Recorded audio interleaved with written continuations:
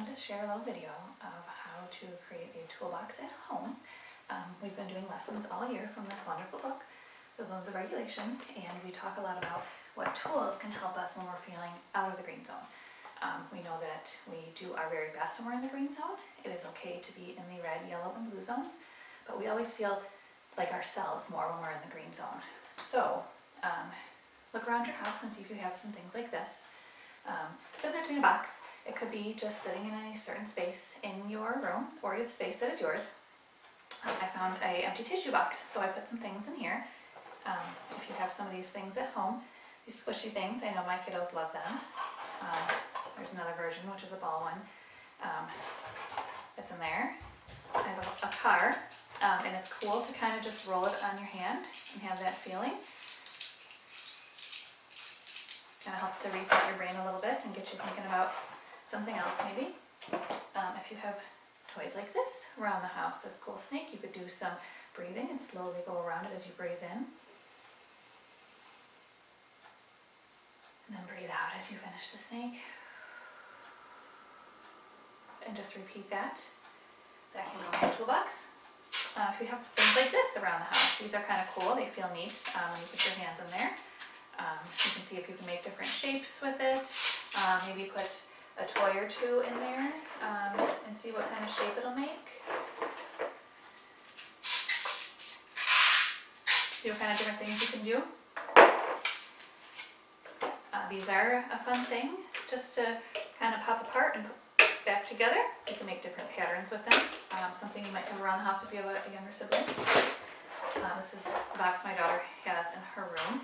And of course there's a stuffed animal in there. We all love stuffed animals. They're nice and soft to pet. This is one of her very special ones.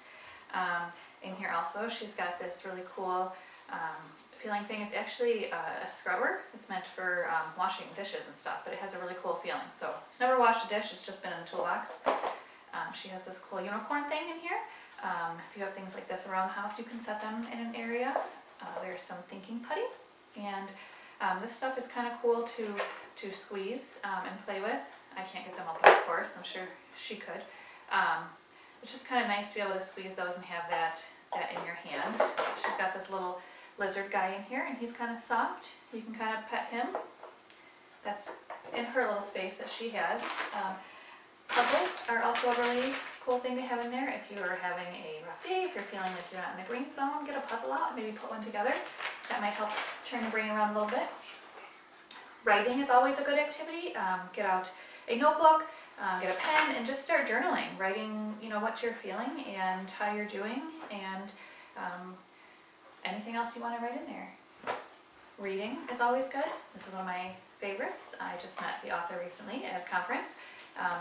And so her book is a really good one that I really like to read when I'm feeling not in the green zone, called What's Under Your Cape.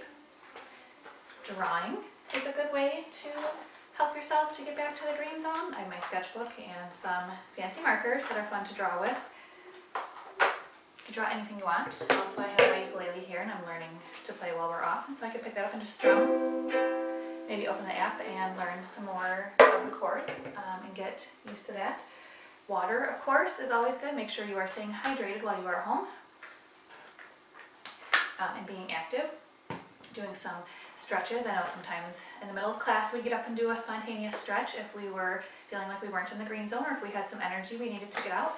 You all know about the lazy 8 breathing, where the 8 was standing up and it got lazy and tipped over, and now we're going to do some lazy 8 breathing. Breathe in and out as you do that. I know a lot of students have said that is their favorite.